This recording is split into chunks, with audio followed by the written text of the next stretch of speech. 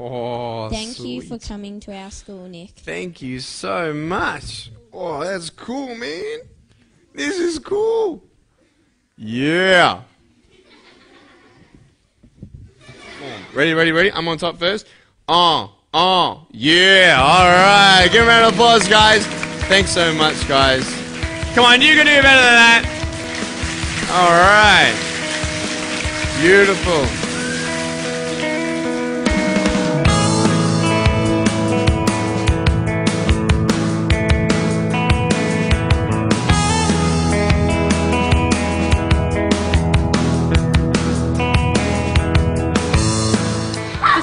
Boys and girls today, it was probably the first time, or the first time for a long time, when they've had an adult tell them that they love them, and the first time for some of them when they've told someone that they've loved them. So that is very special, and that's very, very empowering. Nick's Visit has been part of our annual Speak Up Day, when as a school community we stand up and make a stance against bullying, and we say it's okay to be different. What Nick has done for us, he's actually celebrated being different. He's celebrated being special, and that's just been wonderful. And I really think that Nick should be a mandatory part of every school curriculum. And if any families, people out there, boys and girls in schools, can get to hear and see Nick, grab it with both arms.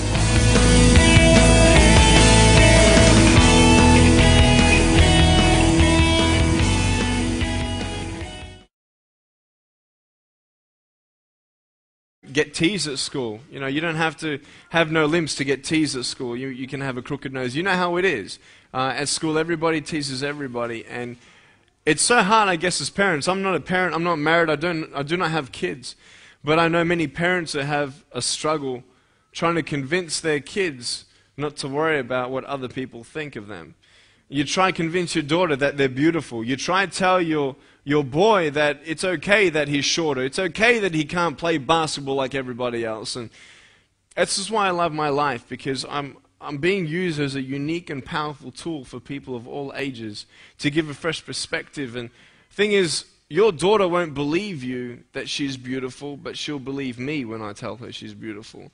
To hear an outside adult say something, and not just another teacher or not just another speaker, because I know when I was in school, and I don't know about you, but when you're at a seminar or something and you see someone with arms and legs up on stage and you're thinking, well, what kind of message is this going to be? Or when he talks about or she talks about struggles, you're going to think, well, they don't know what I'm going through, and they don't know anything about your life, and what do they know about pain, Thing is, when I get up on stage, everybody sees that I've gone through something, some pain. And automatically I have the 100% attention of all students. And it's amazing to see that. So today I spoke to all the kids here over 2 sessions, talked about bullying and self-esteem, dreaming big and never giving up, basically, and just gave them a couple, cool tricks like kicking a tennis ball around, and showed them how I drew with my mouth, and how, I have a pen here, and showed them this. This is how I actually write with my foot down here, and I can actually write and draw and all that. I've actually learned how to do typing on a normal computer, 43 words a minute. I've done a double degree in accounting and financial planning. I'm a real estate investor. I'm a stock market investor. I'm a motivational speaker, preacher, and evangelist. I've spoken to 1.7 million people face to face across 12 nations in the last 4.5 years. It's been amazing, and I love my life. And, one of the things I talk to students is, can you be thankful? Can you be thankful? I had to have a choice of either be angry at the fact that I had no arms and no legs, or be thankful that I had my chicken drumstick. Or be thankful that I had, my BMW 7 Series. I'm going to take that to pimp my ride and, get some spinning rims on that and get a subwoofer on that. That would be pretty cool. But, we have a choice to be thankful, either to give up or keep on going and do the best with what you got. I also told the students that it's not about being good at everything, but, basically doing your best. Just because you fail at something, it doesn't mean that you're a failure. And just because people tease you, it doesn't mean that it really matters how you look, because it's not how you look, it's who you are. And so just these basic values and principles actually change perspectives of lives. And I was just talking to some teachers who heard some feedback from some kids, and one boy said, Nick's given me confidence. You know, for a 5, 6-year-old to say that, you know, say that word and what that means, I mean, I don't know, but there was one little boy who came up to me and said, "Nick, you're more of a man than I am." And I'm like, wow. And he's 6 years old. You know, it's just amazing. And, you know, they're going to talk about me for the next 2 weeks. You're going to see it when they get home. You know, they're going to talk about it. And that's why I love my life, is because I found purpose. And what I talk to many adults about is about purpose, finding your purpose. And teenagers these days, you know, they get caught up in drugs, sex, and alcohol, and they're trying to find their happiness and security in temporary things of how they look, who they associate themselves with, what they do, and what they don't do. And I talk about happiness, and if you put your happiness in temporary things, your happiness will be temporary. And so these are the key you know, sort of boundaries that I've seen in my life, and gave me a new perspective. You know that old saying where you have a glass halfway filled with water, it's either half empty or half full. You know, I love my life. I actually wouldn't change a thing because I have found my purpose. You see, there's no joy in having no arms and no legs, but there's joy in the purpose of your circumstance. I mean, what good could possibly come out of a man being born without arms and legs? And I want to ask you today, what would have to happen in your life for you to look back after 80 years of pain, tribulation, and trials, to look back and say, it was worth it? What would actually have to happen? Let me ask you this. If you saved one person's life, would your life be worth living? Yes, of course. Why? Because that one life might be your child. That life might be, quote, you, if it's somebody else.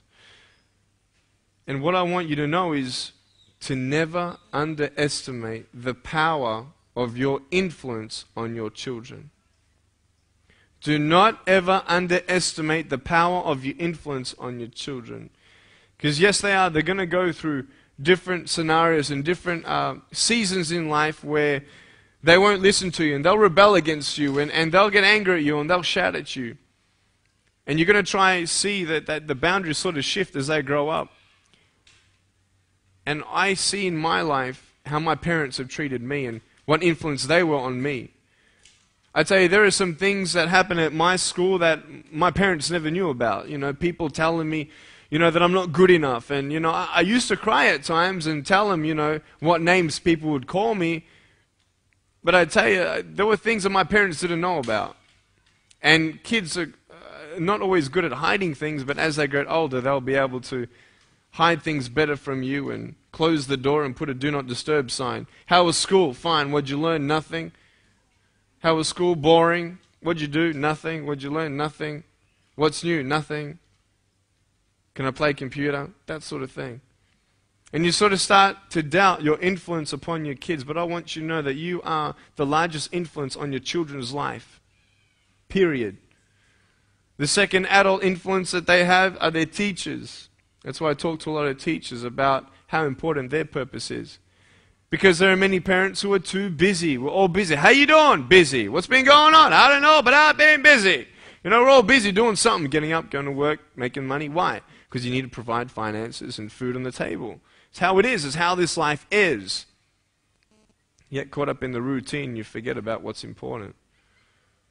You sort of feel like you're caught in between a hard place and a rock, and it's difficult to actually sit down with your kids and have time with them. And I used to kiss them at night, you know, and tuck them into bed or read them a story or something like that. But I tell you, life is a journey. And sometimes you're not going to see the influence in your kids' lives, but I want you to know that it is there. And my greatest influence was my parents, and I am thankful that my parents cared enough for me. So I was born this way, and there's no medical reason why this had happened. And doctors can't still tell me today why this had happened. But I'm so thankful for my parents who accepted me just like any other child, raised me up, and gave me positive influences all the time. You know, we just got to be real with our kids. You know, when I came back from school crying about people teasing me and putting me down, my parents said, don't worry about what they say. Just don't worry about what they say. Try ignore them. But I couldn't ignore them. I was actually one of the first disabled students to be integrated into a mainstream school in Australia. And I had all the attention on me, and a lot of people teased me and put me down. And You can't ignore it. You can't ignore it. But you can be that person in their life, that security of knowing that they can always come back to you and you will always love them for who they are, not how they look, or not how good they are, or not what they're good at and what they're not good at, but that unconditional love. You know what? I'm thankful that I was raised up in a whole home. My parents are still married, and there are many broken homes in today's society.